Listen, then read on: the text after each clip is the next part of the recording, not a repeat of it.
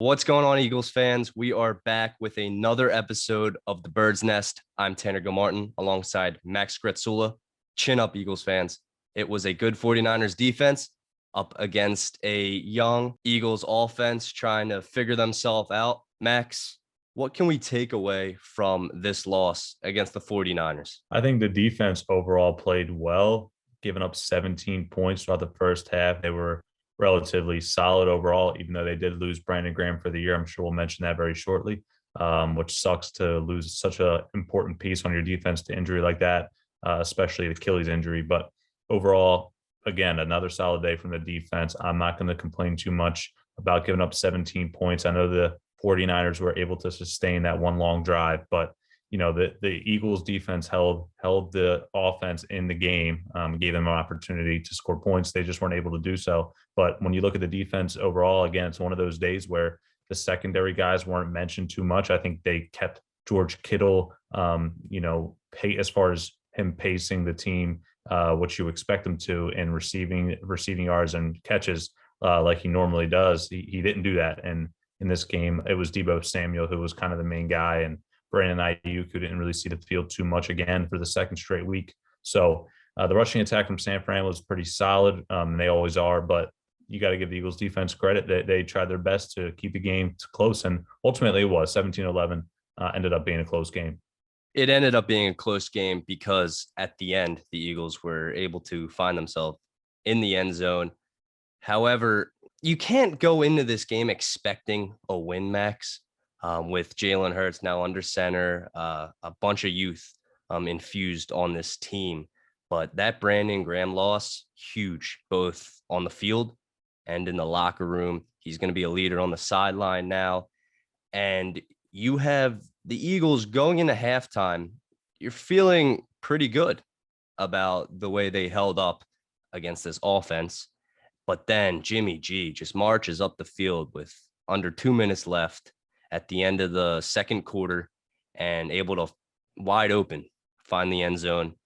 And after that, the momentum, the energy, everything shifted to the 49ers. And this is a game at the link, Max.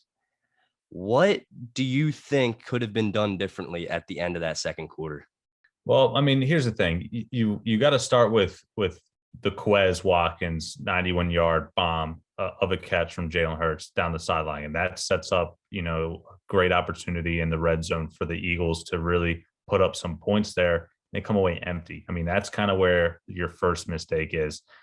You got to get points there, whether it's a field goal, whether it's a touchdown, obviously is what you want there. But trying that trick Philly special there, it's not probably the right time for it, especially being 1 or 2 yards from the end zone. I know a lot of people in Philadelphia have been saying they wanted to see us maybe a QB sneak there or something less, creative. But at the end of the day, I'm not going to bash Sirianni for it. He's trying to come up with a play to be able to get the ball in the end zone, obviously, which people probably don't expect. But they've seen the Philly special so many times now, and other teams in college even have done it.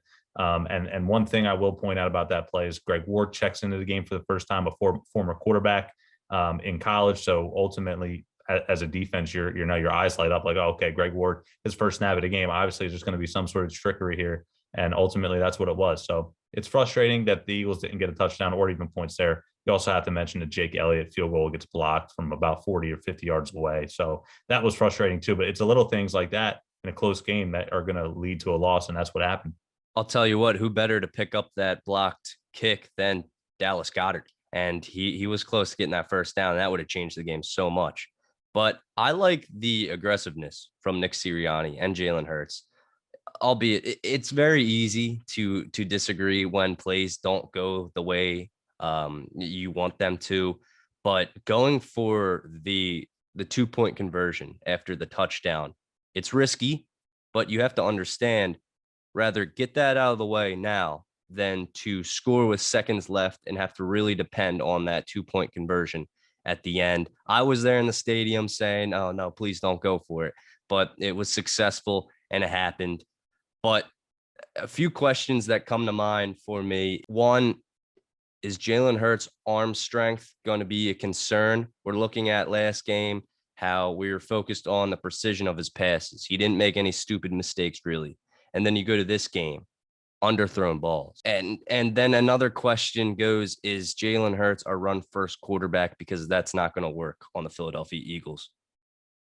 Yeah, listen, I think with the arm strength early on in the game, I was concerned. I thought one of the first series of the game, it might have been the first or second, he had a one-on-one opportunity deep down in the end zone area with DeVonta Smith. It was underthrown, a tough catch for Smith, even if it was on target. But it looked like he really geared up a ton to throw that football and then almost like pushed it. He didn't really throw it, he kind of like pushed it, putting too much air underneath of it. But at the end of the day, he drops a bomb down the sideline right in the hands of Quez Watkins that looked really pretty. Also, the touchdown that was called back from Jalen Reagor, that was another great deep pass down the sidelines, right on the money as well. So I know there was a couple other underthrown balls. If that's really Jalen Hurts' one weakness at this point in the season, which to me really at this point isn't a weakness yet. I know people want to highlight it, but listen, he ran the ball when he needed to on the ground, had a rushing touchdown. You had the accuracy, which I still think that he's gonna. I mean, it's his fifth start of his career. He's gonna develop into a better passer, a better player as these games go on. Will he ever be a superstar? That remains to be seen. But if we're sitting here after week 2 talking about his deep ball accuracy and his arm strength, I think you got to be pretty happy because that might be the least of the Eagles' worries right now. There's still offense has to improve in all facets. They got speed on the outside, which you like to see, but give the 49ers credit on defense. They really shut down Goddard for the most part. Zach Ertz wasn't a factor. And DeVonta Smith wasn't a factor, which they were targeting him earlier and often in this one. And I think he only had two catches. So that's the frustrating thing. Your star receiver needs to get more involved. Jalen Reagor did his part when he got the opportunity, but you need to get more from DeVonta Smith because Josh Norman at this point was washed up. And all he was doing was how many pass interference penalties did Josh Norman get? I mean, the dude was holding Smith all day. He had no shot of guarding him. Yeah, DeVonta Smith, just 2 catches, 16 yards. You go to Quez Watkins, 2 catches, 117 yards. And also to add, Zach Ertz is now on the COVID list. So we have to see how that's going to go for the upcoming matchup. But Max, a quote from Jason Kelce: "It's never positive when you lose, but it's all correctable." We're talking about the changes that need to be made. This is a young team. That's why I'm not down yet on this Birds team already. It's week 2. People are ready. I saw something which is sickening. People asking for Joe Flacco to step up and be the quarterback after week 2. That's just a little bit of Philly dramatics for us here, Max. But stats-wise, Jalen Hurts, 12 of 23, 180 yards. What we need to see from Jalen Hurts is more of a pass game. I'm talking about the question that I had, is Jalen Hurts a run first quarterback? And I think he's smart enough to look for every receiver open before running. I think he is a smart player. He's a great captain, and I don't think he's going to be selfish going in the future, just immediately running. But you have Brandon Brooks, who's out now. So that line's not going to be as strong. And Jalen Hurts might have to make more work on the ground, but that's reasonable for me. Now, as far as his passing game, I think with the weapons he has and are developing, I think Jalen Reagor is a strong wide receiver on this team. Some people don't agree with that.